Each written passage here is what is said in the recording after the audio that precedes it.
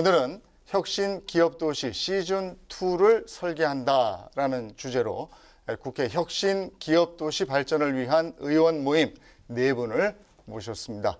박수영 의원님. 예, 안녕하세요. 저 부산 남구 출신 박수영 의원입니다. 저희 지역에는 문현 금융단지라고 하는 혁신도시가 위치해 있는 그런 곳입니다. 혁신도시 시작하고 나서 동네가 많이 좋아졌다는 평을 받고 있습니다만은 여러 가지 한계도 앞으로 우리가 논의하게 되겠지만 여러 가지 한계도 많이 있는 이런 상황입니다. 지역이 발전해야 대한민국이 발전합니다. 우리 여야 의원들 간에 혁신도시, 기업도시를 지역구로 두고 있는 많은 의원들 간에 비슷한 고민이 많다고 생각합니다.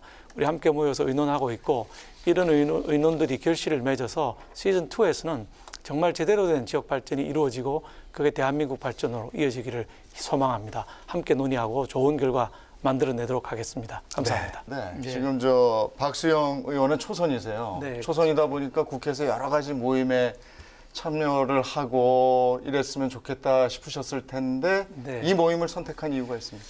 여러 모임들이 있고요. 여러 곳에서 초청도 해주고 하는데요. 대부분 모임들이 이제 중앙, 국가 이슈 이런 거에 대한 논의를 많이 하고 있습니다. 그런데 우리 모임은 중앙과 지방, 국가와 지방이 함께 발전하는 이런 모임인데 드문 모임이라고 볼 수가 있겠죠. 저는 지역이 발전해야 대한민국이 살 수가 있지 중앙만 발전해가지고는 정말 대한민국의 미래가 없다 이렇게 보고 있고 제가 또 경기도 부지사도 했고 저 부산시 출신이고 이렇기 때문에 지역과 중앙과 지방에 함께 성장하는 이런 모델이 필요하다고 봤는데 우리 송기원 의원께서 제안을 해주셔서 덥석 이렇게 참석을 했습니다. 네. 예. 초선 의원님들도 굉장히 바쁘시더라고요. 근데 보면 이제 와서 스터디 모임도 있고 소모임들도 많은데 몇 개 모임이나 참여하고 계십니까? 공식적으로 제가 3개까지 할 수 있게 되어 있는데 그 플러스 알파는 이제 정회원이 아닌 준회원이라는 그 형태로 하게 됩니다. 저는 지금 보니까 7개 모임에 참석하고 있는데 거의 매일 7개 모이면 하루에 한 개씩 일요일도 없이 그렇습니다. 그래서 거의 매일 7시 반에 모임을 쭉 하다가 요새 코로나 때문에 좀 없어져서 한숨 좀 돌리고 있는 이런 상황입니다. 그러시군요. 이렇게 바쁘게 활동들을 하고 계십니다. 똑같이 혁신 기업도시 얼마나 뿌리 내렸는가에 대한 평가 박수영 의원께 한번 들어볼까요? 예. 저희 지역은 부산 문현동입니다. 금융 중심 도시가 있는데 여기는 사실 방금 송원석 의원님 말씀하신 것보다는 정주 여건은 훨씬 더 좋다고 볼 수가 있습니다.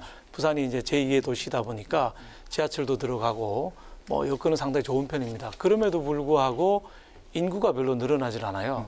그러니까 서울에서 내려온 이 기업들이 공기업들이 아직도 서울로 본가는 있고 혼자 내려와 있는 이런 경우들이 많아가지고 상당히 예를 먹고 있습니다. 그런데 정주 요건을 개선하는 게 필요 요건이긴 하지만 필요 충분 요건은 아닌 것 같다는 생각을 제가 하고 있고요.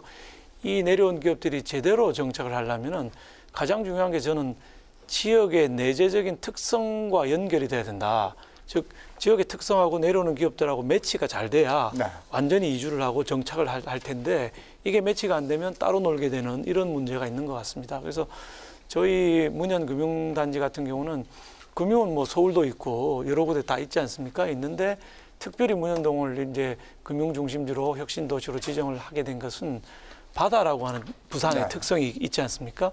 해양금융, 조선, 해양, 관광 이런 쪽에 바다와 관련된 바다라고 하는 내재적 특성을 극대화하는 산업과 그거와 관련된 공기업들 이런 게 내려와줘야 살 수가 있는 것이지 그냥 쪼개듯이 막 나눠준다고 이게 성공하는 건 아닌 것 같다는 생각을 요즘 많이 하고 있습니다. 그 정주 여건 개선을 위해서 어떻게 해야 되겠습니까? 박수영 의원님? 우리 송기원 의원님 말씀하신 것에 대해서 제가 전반적으로 동의를 하는데 각종 인센티브를 줘야 기업들이 유치가 되고 또 학교도 들어오고 이렇게 되는데 그거를 이제 중앙정부가 모든 권한을 가지고 있다는 게 가장 큰 문제입니다. 그러니까 하나 얻어내려면 중앙에 가서 어필을 해야 되고 법을 개정해야 되고 이렇게 되는데 지방자치 실시한 지가 25년이 넘었지만은 아직 지방자치단체에 제대로 된 실권이 없습니다. 아까 송기원 의원님 말씀하신 세제 혜택 하려면 전부 국회에 와서 법률을 개정해야 되는 사항들이거든요. 그런데 지방세조차도 지방세법에 의해서 행정안전부를 통해서 개정을 해야 되는 이런 문제가 있어서 사실은 자치단체가 특별히 다른 자치단체보다 더 좋은 인센티브를 줘야 글로 갈 텐데 이거를 줄 수 있는 권한이 없는 거예요, 지금. 그래서 우리가 혁신 기업 도시를 제대로 발전시키기 위해서는 지금 무엇보다도 필요한 게 제대로 된 지방자치. 그래서 지방자치단체가 자율성을 갖고 서로 차별화된 정책을 제시할 수 있는 경쟁 체제를 갖춰야 되는데 지금 여기 앉아 계시지만 다 비슷한 거예요. 네. 왜냐하면 제도를 중앙에 다 갖고 똑같은 제도를 만들어 놓으니까 세금을 더 깎아주고 싶어도 깎아줄 수가 없는 거예요. 이래가지고는 진정한 경쟁이 이루어질 수가 없어서 네. 지방으로 권한이 많이 넘어가야 된다라고 생각합니다.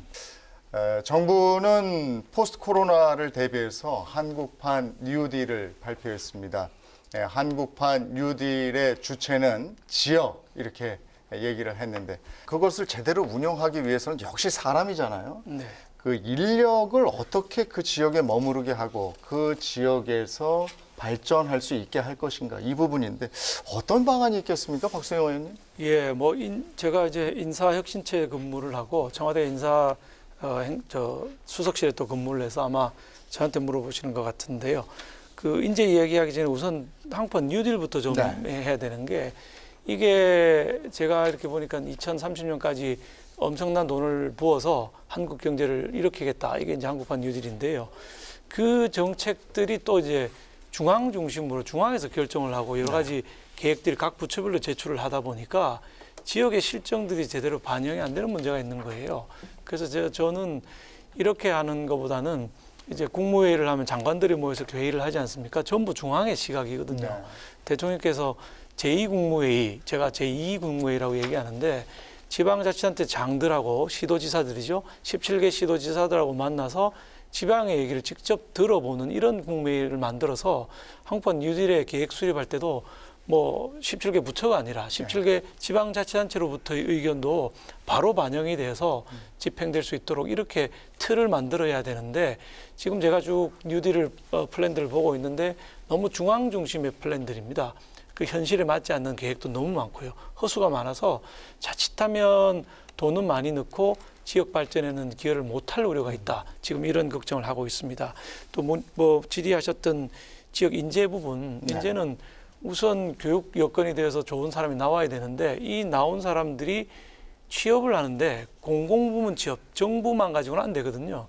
역시 기업의 유치가 제일 중요한데 기업 유치도 아까 모두에 말씀드린 것처럼 뭐 할 수 있는 여건을 지방자치단체 장들한테 줘야 되는데 현재는 그런 게 없는 것이죠. 그러니까 결론이 다시 갑니다마는 제2국무회의 같은 걸 통해서 자치단체가 스스로 어떤 역할을 할 수 있는 자율성과 재정적 여건을 마련해 줘야지 기업을 유치를 할 수가 있는 것이거든요. 그걸 통해서 지역에서 양성된 인재들이 취업할 수 있는 일자리를 만들어야지 지속 가능하지 정부 일자리만으로는 안 된다. 이게 제가 보고 있는 시각입니다.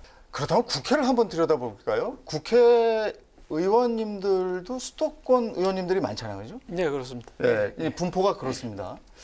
그러면은 지역 의원님들의 얘기가 좀 묻히지 않을까 이런 걱정도 있는데 어떻습니까? 그래서 우리가 이렇게 똘똘 뭉쳐 있는 거 아니겠습니까?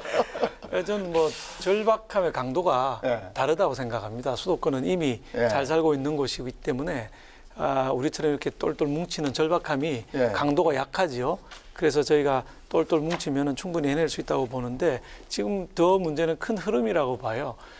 중앙정부의 역할에서 선진국을 보면 중앙에 사느나 지방에 사느나 삶의 질이 거의 비슷한 뭐 도로라든지 교통이라든지 마트라든지 이런 게 거의 비슷한 경우가 많은데 우리는 그런 체제가 갖춰지지 않은 상태에서 큰 흐름이 어디로 가고 있냐면 복지국가의 흐름이라는 게 있어서 중앙이 전국적으로 내셔널 스탠다드를 똑같이 복지를 하고 싶은 그래서 중앙이 더 강력하게 되는 이런 흐름이 하나가 있고 또 코로나가 있습니다. 이게 이제 이런 바이러스가 일상화되면서 중앙정부의 권한이 더 강화되는 이런 흐름으로 가고 있기 때문에 선진국은 이미 중앙과 지방이 다 같이 살게 된 상태에서 조금 회귀하는 경향이 있다면 우리는 지방은 아직 갖춰지도 않았는데 그 흐름은 또 세계적인 흐름으로 가고 있는 것이거든요. 그래서 매우 지금 위험하고 절박하다. 그런 절박감을 우리가 공유하기 때문에 숫자로는 중앙이 더 많지만 지방 의원들의 절박함으로 극복할 수 있지 않겠는가 이런 희망을 가져봅니다. 혁신 기업도시 발전을 위한 의원 모임입니다. 지금은 첫 발을 내딛는 단계지만 앞으로 더 많은 활동을 하셔야 되고 또 그러실 줄로 믿습니다. 어떤 목소리를 내고 또 어떤 활동을 계획하고 있는지 또 이 모임 활동의 연장선상에서 이런 것들을 준비하고 있다. 이런 입법 활동은 필요하다 하는 게 있으면 마무리하면서 한 말씀씩 좀 듣고 싶습니다. 먼저 박수영 의원님. 예, 저희 지역이 부산은 이제 금융중심지인데 네. 역시 부산은 바다입니다. 이 바다를 중심으로 하는 산업들, 뭐 해양, 조선, 물류, 관광 이런 쪽으로 초점을 맞춰서 키워 나가야 되는데 우리가 혁신도시 시즌 1에서 본 것처럼 공기업만 내려온 거, 이게 중앙이 모든 권한을 가지고 배치해 주는 거 약간의 성과는 있었지만 진정한 발전을 이루지는 못했다 이렇게 보고 있는 것이죠.